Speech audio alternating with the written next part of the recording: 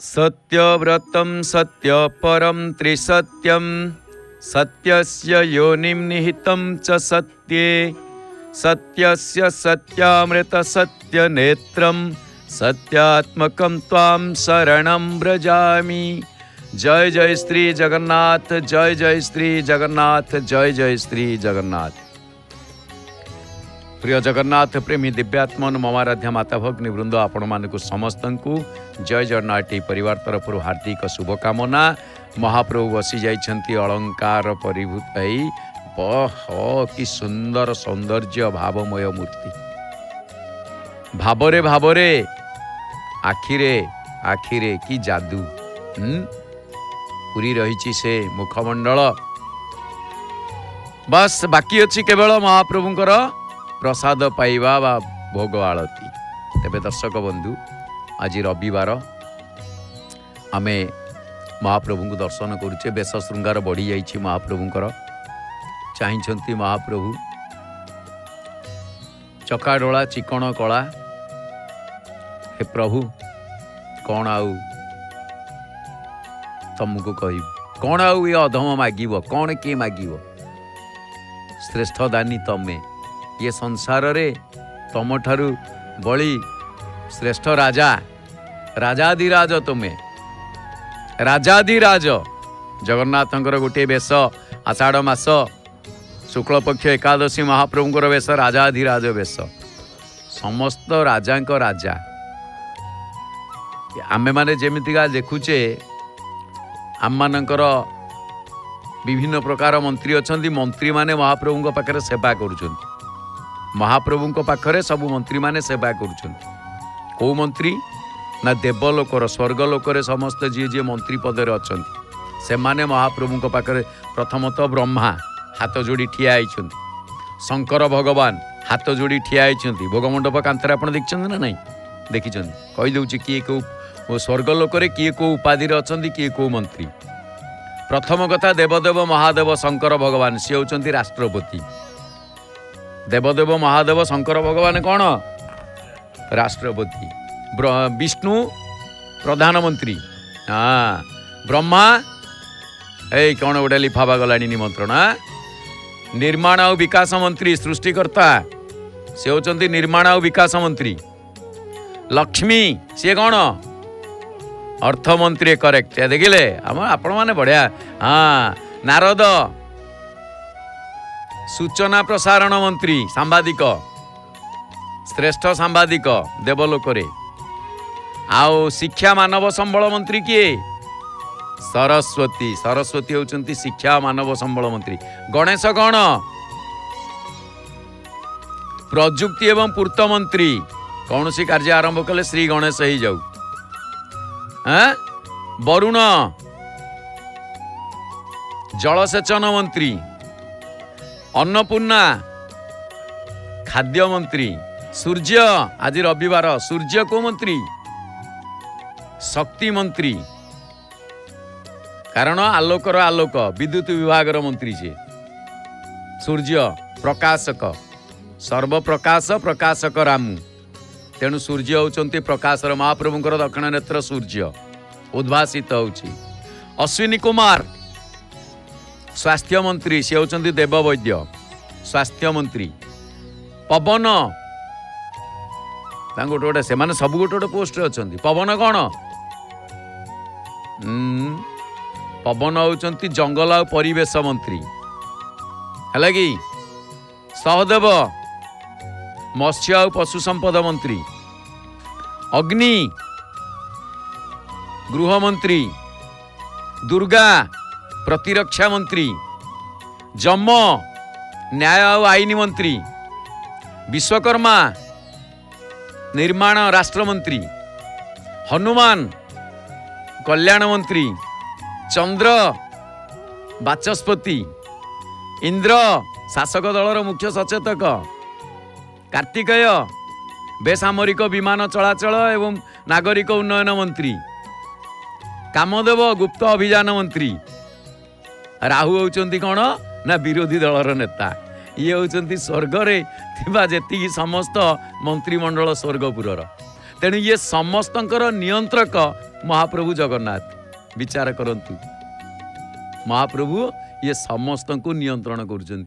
ब्रह्मा हाथ जोड़ी ठिया होती, हाँ हनुमान चारिपटे पहरा दौरान, इंद्र तांको आदेश को अपेक्षा कर रही। आज इच्छा कले आया समस्तंकर माँ सीए, समस्तंकर बापा सीए जगन्नाथ महाप्रभु नाकचଣା नाक आसी कहीं लगे। भल कथाटे आज कहीं लगे कहले, भल कथाटे मन पड़ा। आज्ञा कौन कहते देखु, आमे समस्ते गोटे पाठ पढ़ुचे कौन, त्वमेव माता च पिता त्वमेव, तमे माँ तमे बापा, त्वमेव बंधु सखा त्वमेव, माने तमे बंधु तमे पुणी सखा से सबू। अच्छा त्वमेव विद्या द्रविणम त्वमेव, तमे कौन विद्या पुणी तमे द्रव्य, द्रविण माने कौन कि द्रव्य मध्य महाप्रभु श्रेष्ठ, सी ही श्रेष्ठ द्रव्य हो जाती। तापरे त्वमेव सर्वम मम देव देव, महाप्रभु सर्व हो गले।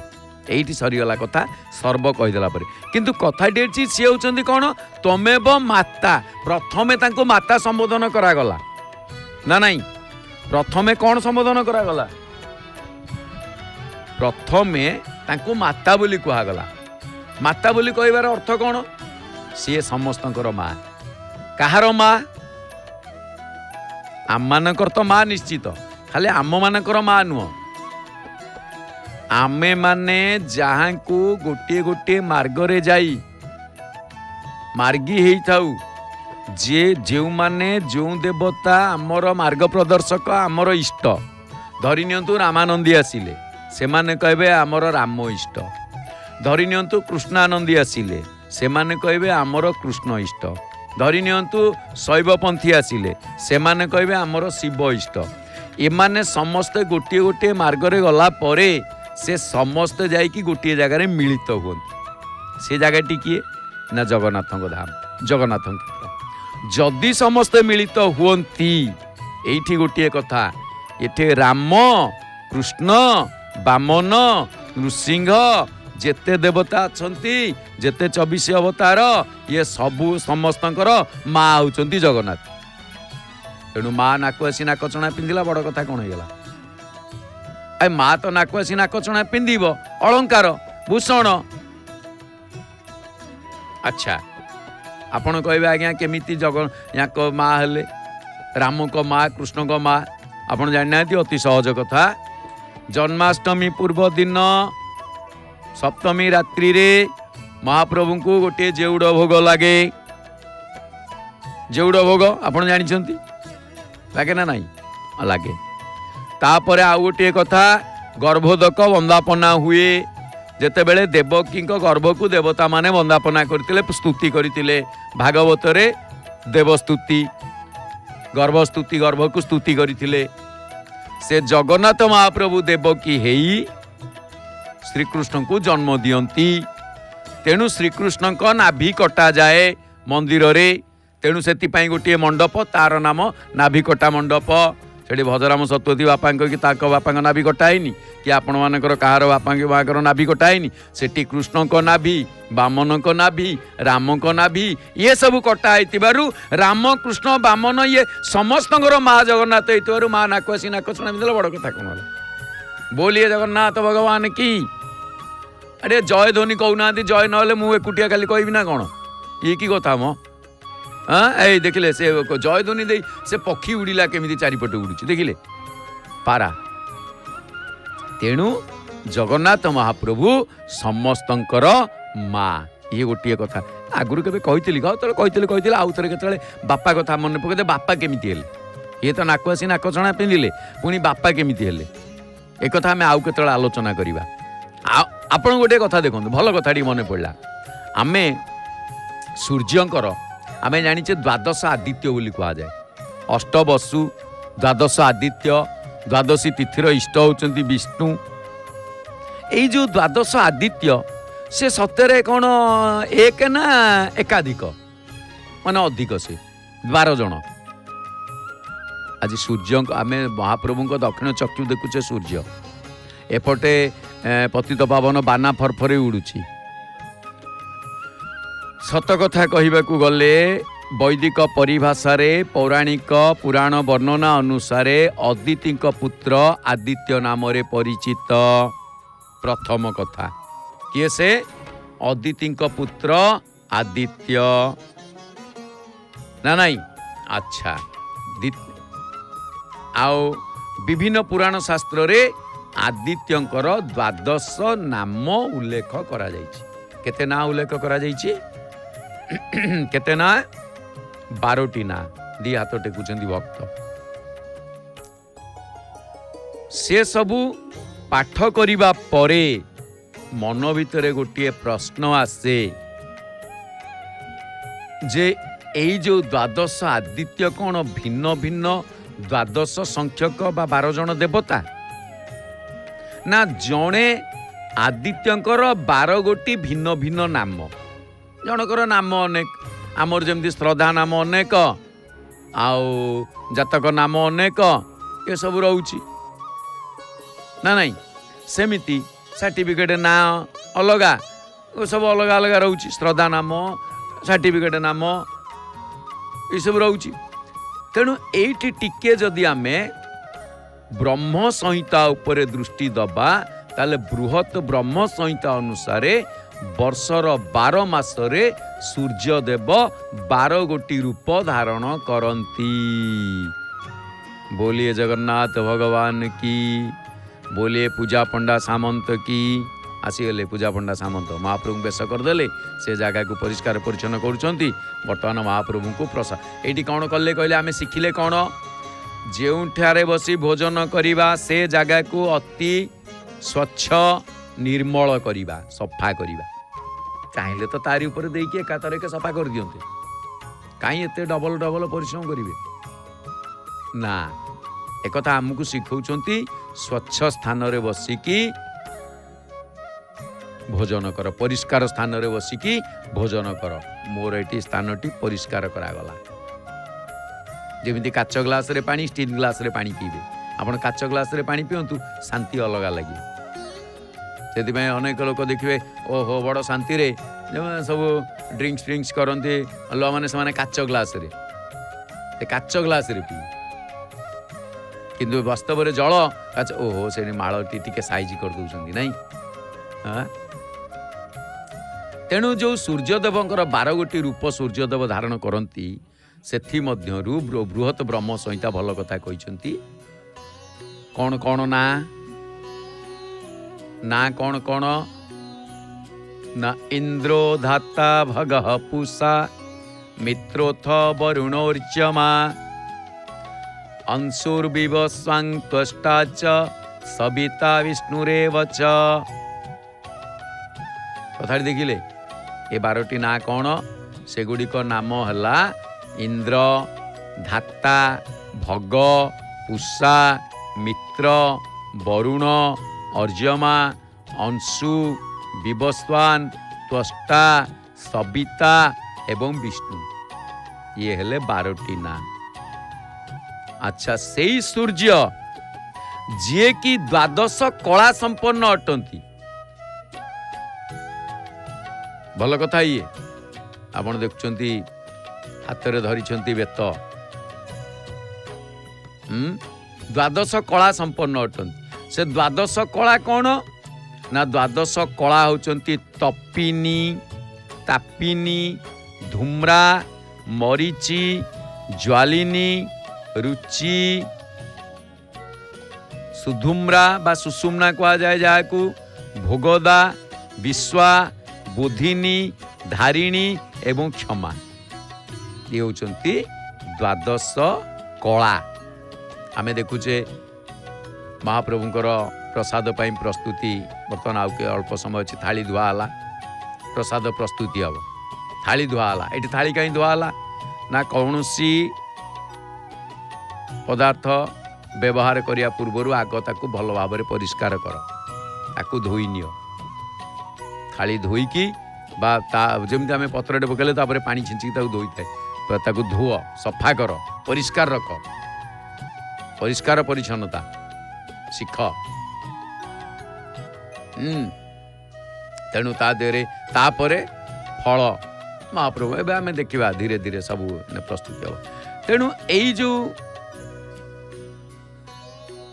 द्वादश कलांक कथा आम आलोचना कले से सूर्य पूजा समय रे कौन कह जाए गोटे मंत्र भल सूर्य पूजा समय रे ओम सूर्य मंडलाय द्वादश कलात्मने नमः मंत्र उच्चारण करा जाए बुझिपारे कि पुणी केमितिका कौन उच्चारण करा जाए भल कथा कांग भंग कपिनै नमः खंग बंग तापिनै नमः गंग पंग धूम्राय नमः एमती मंत्र गुड़िक सब आम आग को मंत्र आड़े को जीवानी ये तो है कथा उदाहरण बुझिपार तो तेणु एठी गोटे कथा अच्छी जे द्वादश आदित्य एक एक एकाधिक आपण एथुर कथाटी देखंतु भगवान विष्णुकर प्रतीक सूर्य वर्षर 12 मासरे 12 गोटी नाम धारण करी विभिन्न मंडल रे गति करी विश्व क्रिया को सदा संचालित करंती सूर्य तेणु भागवत श्रीमद भागवत महापुराण अनुसारे द्वादश स्कंद 11 अध्याय बा 12 स्कंद 11 अध्याय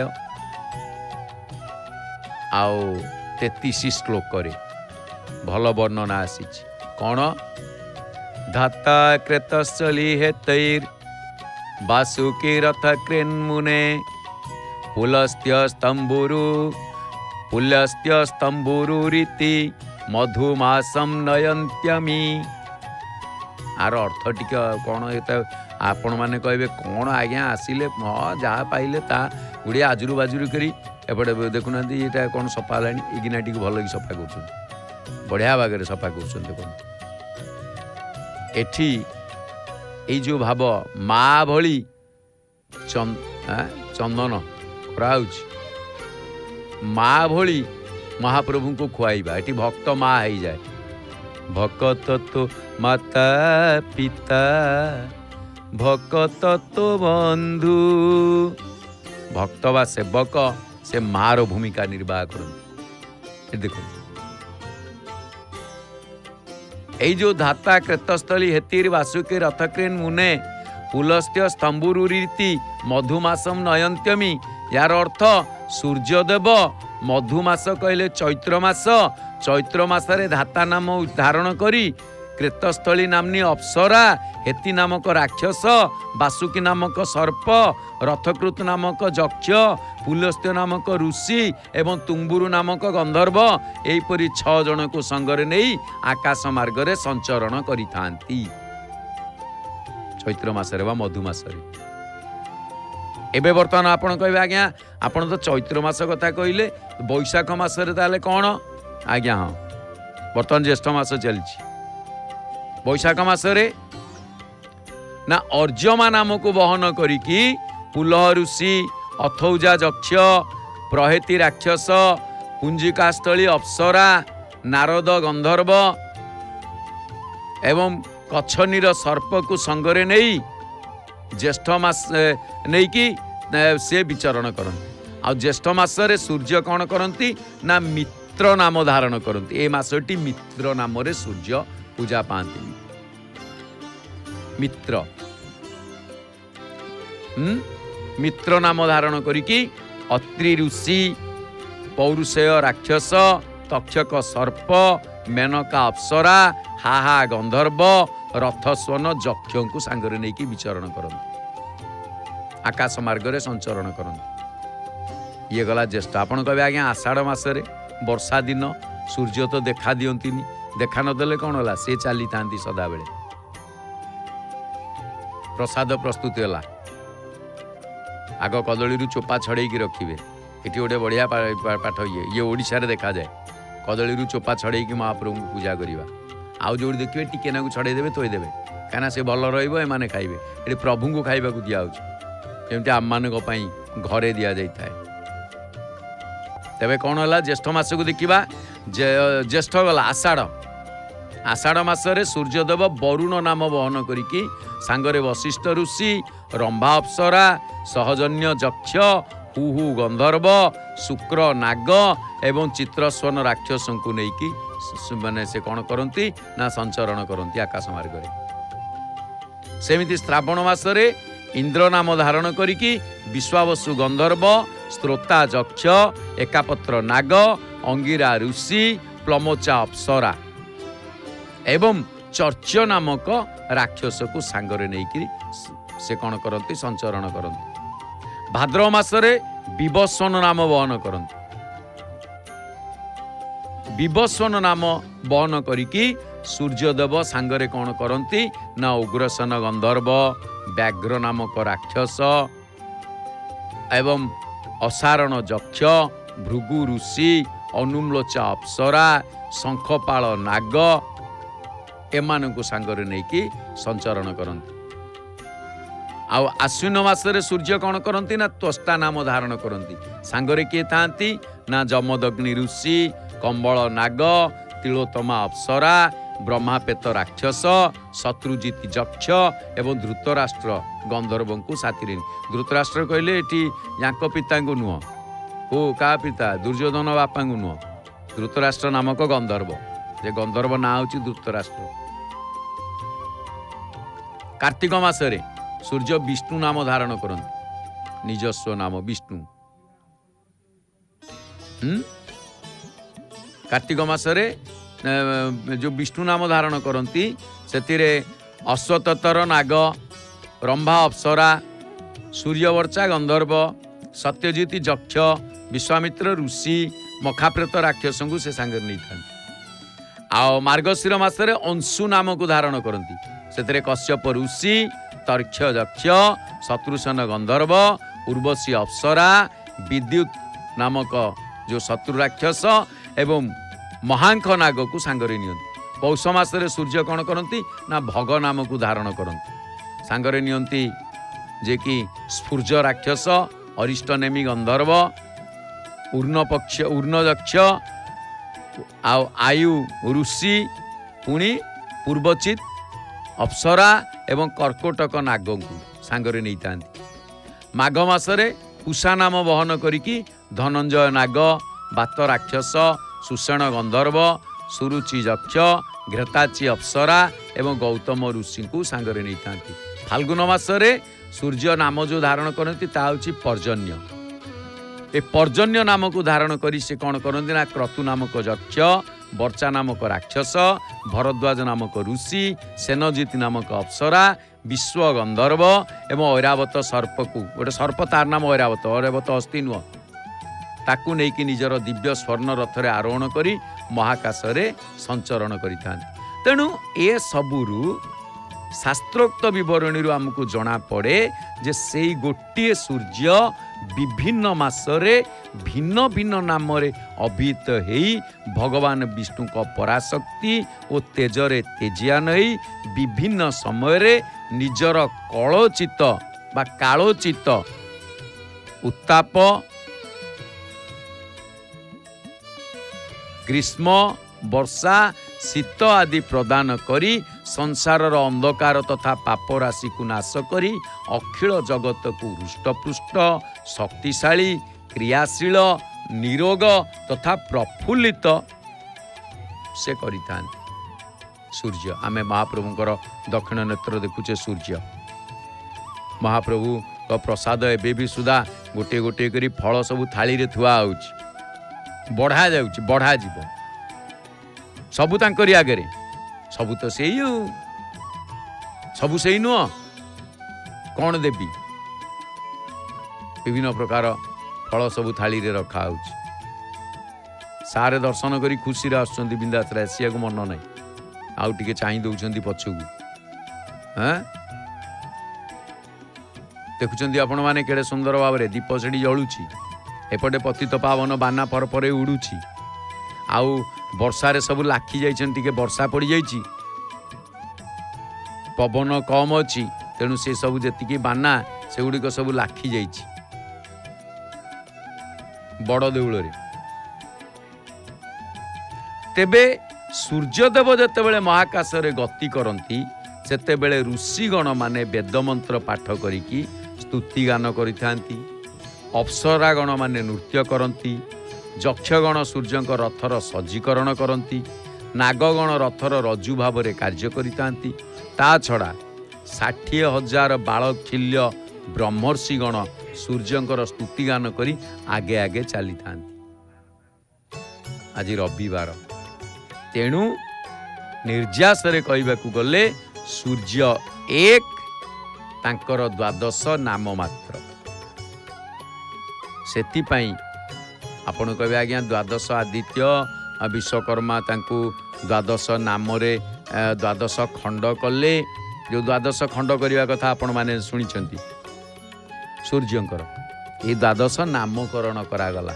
ଆପଣ ଟିକେ ଭାଗବତକୁ ଯାଉନାହାନ୍ତି, ଶ୍ରୀମଦ ଭାଗବତଙ୍କର ସେଇ 12 ସ୍କନ୍ଦ 11 ଅଧ୍ୟାୟ 29 ଶ୍ଲୋକରେ ଭଲ ସୁନ୍ଦର ବର୍ଣ୍ଣନା କରାଯାଇଛି। ଆପଣ ଦେଖିବେ ସୂର୍ଯ୍ୟ ଏକ କି ନାହିଁ।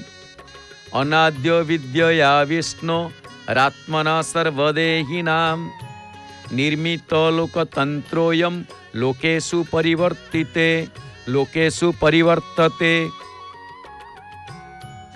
ଅର୍ଥ କ'ଣ ନା ଭଗବାନ ବିଷ୍ଣୁ ହେଉଛନ୍ତି ସକଳ ଦେହଧାରୀ ପ୍ରାଣୀଙ୍କର ଅନ୍ତର୍ଯାମୀ ଆତ୍ମା। ତେଣୁ ଭଗବାନ ବିଷ୍ଣୁଙ୍କର ଅନାଦି ଅନନ୍ତ ମାୟା ଏ ଦୃଶ୍ୟମାନ ସୂର୍ଯ୍ୟଙ୍କୁ ସୃଷ୍ଟି କରିଛନ୍ତି ଏବଂ ସୂର୍ଯ୍ୟ ହିଁ ବିଭିନ୍ନ ମଣ୍ଡଳରେ ଗତି କରି ବିଶ୍ୱକ୍ରିୟାକୁ କ୍ରିୟାଶୀଳ କରୁଛନ୍ତି। ତେଣୁ ସୂର୍ଯ୍ୟଙ୍କୁ ପୂଜା ଅର୍ଚ୍ଚନା କରିବା ଅର୍ଥ ଭଗବାନ ବିଷ୍ଣୁଙ୍କୁ ପୂଜା ଅର୍ଚ୍ଚନା କରିବା, ଜଗନ୍ନାଥଙ୍କୁ ପୂଜା ଅର୍ଚ୍ଚନା କରିବା। ଅବଶ୍ୟ ଆଉ ଗୋଟିଏ କଥା ଦେଖିବେ ଆପଣମାନେ, ବ୍ରହ୍ମପୁରାଣରେ ଦ୍ୱାଦଶ ଆଦିତ୍ୟଙ୍କୁ ଭିନ୍ନ ଭିନ୍ନ ଦ୍ୱାଦଶ ବ୍ୟକ୍ତି ବୋଲି ବର୍ଣ୍ଣନା କରାଯାଇଛି। କାରଣ ପୁରାଣାନି ପୃଥକ ପୃଥକ। ଭଲ କଥା ଇଏ। ଯେମିତି ଆଦ୍ୟେ ପ୍ରାନ୍ତେ ଚ ମଧ୍ୟେ ଚ ହରି ସର୍ବତ୍ର ଗୀୟତେ, ସେମିତି ସୂର୍ଯ୍ୟଙ୍କୁ ବ୍ରହ୍ମପୁରାଣରେ ଦ୍ୱାଦଶ ଆଦିତ୍ୟ ଭାବରେ ଯେଉଁ ଭିନ୍ନ ଭିନ୍ନ ଦ୍ୱାଦଶ ବ୍ୟକ୍ତି ବୋଲି ସେ କହିଛନ୍ତି। କାରଣ ଭୃଗୁ ପ୍ରମୁଖ ମହର୍ଷିମାନଙ୍କ ସାମ୍ନାରେ ଦ୍ୱାଦଶ ଆଦିତ୍ୟଙ୍କର ମହିମା ବର୍ଣ୍ଣନା କରିବାକୁ ଯାଇକି ବ୍ରହ୍ମା ନିଜେ କହିଥିଲେ, ହେ ଶ୍ରେଷ୍ଠ ଦ୍ୱିଜଗଣ, ସୂର୍ଯ୍ୟଦେବ ହେଉଛନ୍ତି ଅବିନାଶୀ ସନାତନ ପୁରୁଷ। ସେ ନିଜର ଅପୂର୍ବ କିରଣ ଦ୍ୱାରା ତ୍ରିଭୁବନର ସକଳ ଅନ୍ଧକାରକୁ ଦୂର କରିବା ସହିତ ତାପ ଆଉ ଶକ୍ତି ପ୍ରଦାନ କରିଥାନ୍ତି। ଏ ପିଲା କେମିତି ଡେଉଁଛି ତାର ଆରାମରେ, ପିଲାମାନେ ଡେଇଁବେ, ଖୁସିର କଥା ଇଏ। ଏଠି ପୁଣି କ'ଣ ଗୋଟେ ହେଲା, ନଡ଼ିଆ ନା ପଇଡ଼ ସେଠି କଡ଼ା ହେଉଛି। ଏସବୁ ଅଧାଡ଼ୁଆ ପଇଡ଼ ନଡ଼ିଆ କଟା ହେଇକିରି ପାତି।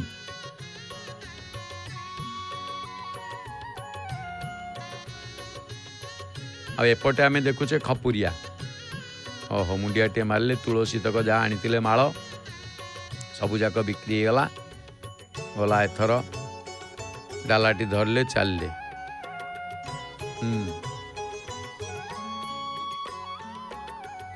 ତେଣୁ ଯେତେବେଳେ ବ୍ରହ୍ମା କହିଲେ ଆଦିତ୍ୟଙ୍କର ବର୍ଣ୍ଣନା ମହିମା ବର୍ଣ୍ଣନା କରିବାକୁ ଯାଇ କହିଲେ, ହେ ଶ୍ରେଷ୍ଠ ଦ୍ୱିଜଗଣ, ସୂର୍ଯ୍ୟଦେବ ହେଉଛନ୍ତି ଅବିନାଶୀ ସନାତନ ପୁରୁଷ।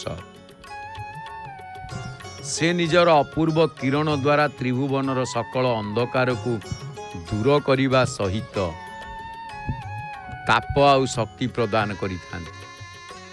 ତେଣୁ ସକଳ ଦେବତା ତାଙ୍କର ସ୍ୱରୂପ ଅଟନ୍ତି। ଗୌରୀ ବେତ ଧାରଣ କରିଛନ୍ତି, ଆପଣ ଦେଖୁଛନ୍ତି।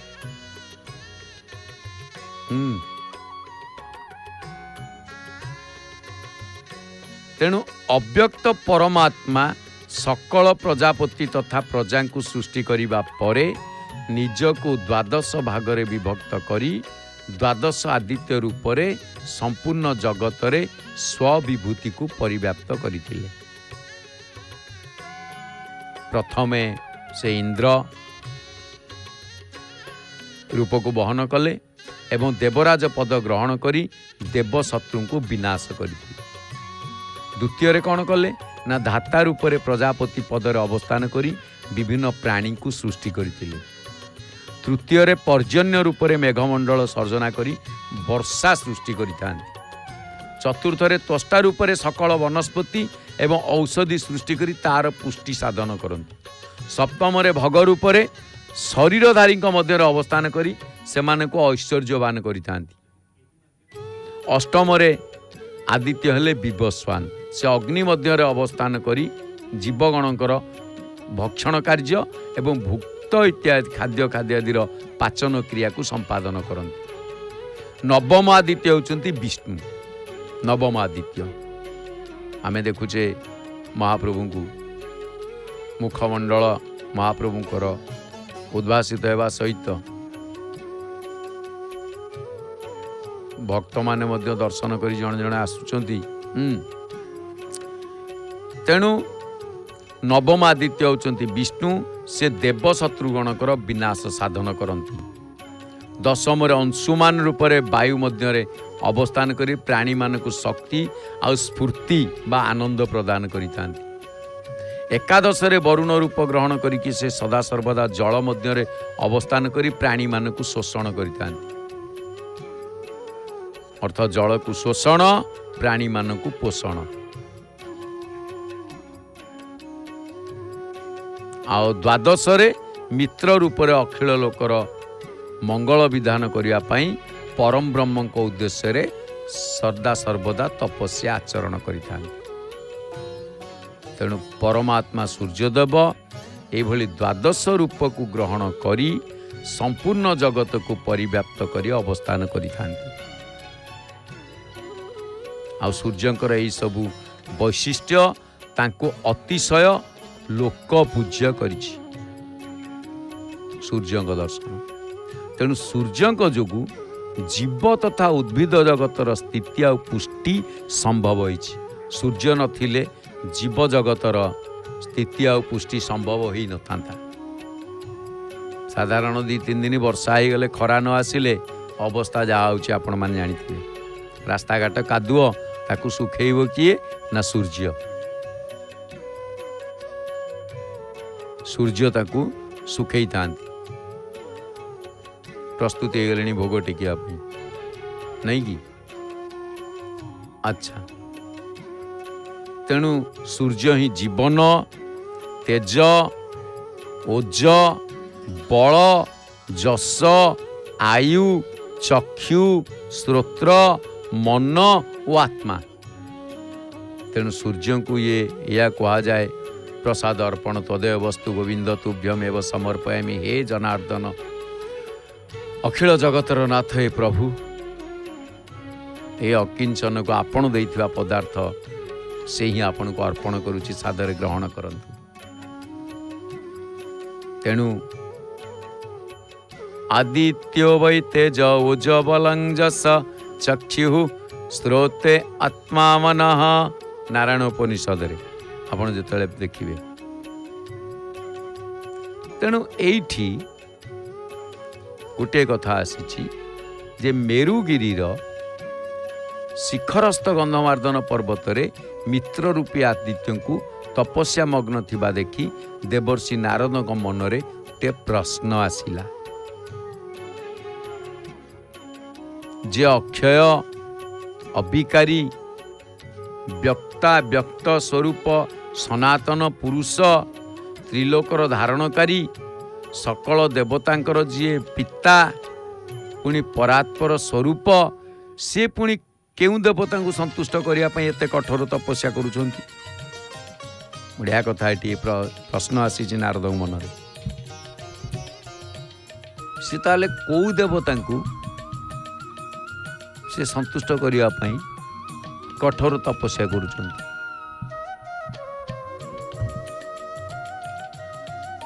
ଦେବର୍ଷିଙ୍କ ମନର ସେହି ସନ୍ଦେହ ମୋଚନ କରିବା ପାଇଁ ସ୍ୱୟଂ ମିତ୍ର ରୂପୀ ଆଦିତ୍ୟ ହିଁ କହିଲେ ଏପଟେ ସମର୍ପଣ ପାର୍ଶ୍ୱଦେବ ଦେବୀଙ୍କୁ।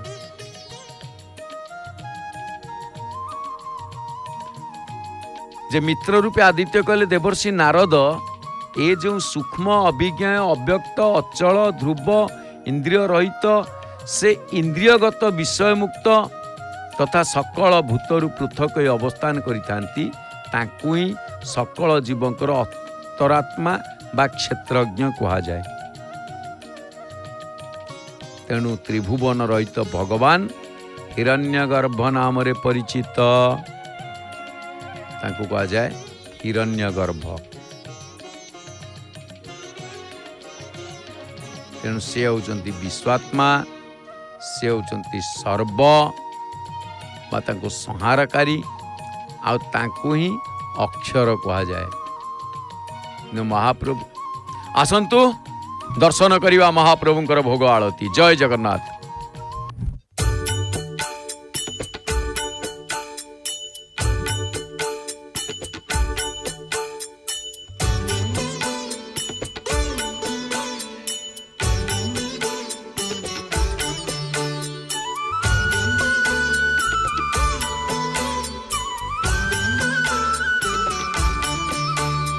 श्रिता कमला कुच मंडल हे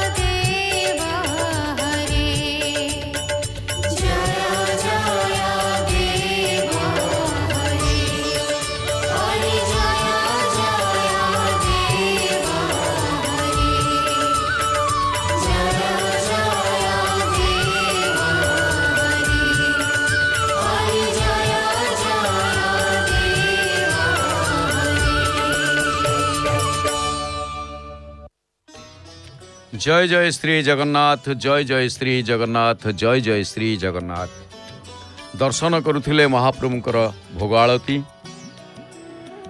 श्रवण करुथिले सुनामधन्य कंठशिल्पी नमिता अग्रवाल भावपूर्ण कंठरे सुंदर भावमय भजन। तेबे आमे बड़ देउल दर्शन करुचे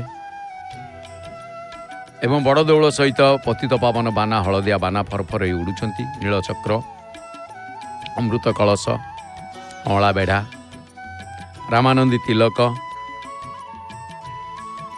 अँला बेढ़ा उपरे खपुरिया, बड़ सुंदर ये आकाश मार्गरे पक्षी माने विचरण करुछंती। तेबे जेतेबेले कथा आसिला जे आज रविवार देवर्षि नारदଙ୍କ मनरे तले प्रश्न आसीथिला जे हेमगिरी शिखस्थ गंधमार्दन पर्वत मित्र रूपी आदित्य को तपस्या मग्न से देखिले मनरे आसिला जे जी होचंती अक्षय अव्यक्त सनातन पुरुष अभिकारी सी कौन तपस्या करुछंती। देवर्षि नारदंकर मनर से संदेह मोचन करिया पई निजे महाप्रभु मित्र रूपरे तांको वर्णना करी कहिले तमे जो सूक्ष्म अभिज्ञ अव्यक्त ये सबू देखुच ताकू सकल अंतरात्मार क्षेत्र यज्ञ बोली कहा जाए। आओ से त्रिगुण रहित भगवान हिरण्यगर्भ नाम परिचित से ही विश्वात्मा सर्व से ही संहारकारी। तेणु ए त्रिलोक को निजर आत्मबल से धारण करिसेंती। से निराकार होई मध्य सकल शरीर रे निवास करती। से किंतु शरीरधारी कृतकर्म रे लिप्त होती नहीं। से सकल प्राणीकर आत्मा और सकल कर्मर साक्षी। आओ से निर्गुण पुणी सगुण विश्वरूप एवं केवल ज्ञानगम्य। आमे महाप्रभु को दर्शन करुचे। सकल दिग को तांकर हस्त पद नेत्र शिर मुख कर्ण प्रसारित। से सकल विश्व को परिव्याप्त होइकी अवस्थान करिथांती। तेणु ब्रह्मपुराण कहती जे वसन्नपि शरीरे सुन सलिप्यते कर्म भी ममांतरात्मा तव च ये चान्य देह संस्थिता सर्वेषां साक्षीभूतासौ न ग्राह्य केनचित् क्वचित् सगुण निर्गुण विश्व ज्ञानगम्य हस्यसौ श्रुत सर्वतः पाणिपादान्तः सर्वतोक्षिणीरो मुख सर्वतः स्मृतिमाल्लोके सर्वमावृत्य तिष्ठति। शरीर को कहा जाए क्षेत्र। परमात्मा सबू जानिथिबारु तांकु कहा जाए क्षेत्रज्ञ। से अव्यक्त रूप में शयन करिथिबारु तांकु कहा जाए पुरुष। से विश्वर सर्वत्र अवस्थान करुथिबारु तांकु कहा जाए विश्वरूप महाप्रभु को। तेणु विश्वत वेद कहती तांकु विश्वत चक्षुरुत विश्वतो मुख विश्वतो बाहुरुत विश्वत स्पात। से निजकु कोटि कोटि रूप में प्रकटित करिथिबारु से सनातन परमात्मा महापुरुष नाम अभिहित होइतांती। जेपरि वायु सकल प्राणी शरीर में पंचविध रूप में अवस्थान करितांती सेपरि परमात्मा विभिन्न रूप में प्रकटित होइतांती। आमे देखुछे। तेणु परमात्मा ब्रह्मा आदि रूप और नाम धारण करी प्रकटित होइतांती। जेमती गोटे प्रदीप सहस्र दीप को प्रज्वलित करि थाए। एडी गोटे दीप जलुछि आपण देखुछंती। ताठारु आमे केते दीप भी नहीं कि जीवा लगेइबा से मौलिक ह्रास पाइबनी। हजार हजार दीप जलिबो। सेहीपरि परमात्मा विभिन्न रूप को निज मध्यरु ही उत्पन्न करिथांती। तेणु चराचर जगत अनित्य होइतिला बेले परमात्मा परम ब्रह्म सदा नित्य अक्षय अप्रमेय सर्वव्यापी एवं सद सत स्वरूप। तेणु तांको ठारू बड़ आउ कौन सी देवता ही नहांती। तेणु से सर्वात्मांकर सर्वगत वो निर्गुण स्वरूप ସୂର୍ଯ୍ୟଙ୍କ ଉଦ୍ଦେଶ୍ୟରେ ମୁଁ ତପସ୍ୟା କରୁଛି ବୋଲି କହିଛନ୍ତି କିଏ ସେନା ମିତ୍ର ଦ୍ୱାଦଶ ଆଦିତ୍ୟଙ୍କର ମିତ୍ର ନାମଧାରୀ। ତେଣୁ ମିତ୍ରଦେବଙ୍କ ଏହି କଥାରୁ ସୂର୍ଯ୍ୟଦେବ ଆଦିତ୍ୟଙ୍କ ମଧ୍ୟରେ ପାର୍ଥକ୍ୟ ଥିବା କଥା ସୂଚିତ ହେଉଛି। ତେବେ ଏଥର ଆସନ୍ତୁ ଜାଣିନେବା କ'ଣ ରହିଛି ଆଜିର ଜାଣିବା କଥା।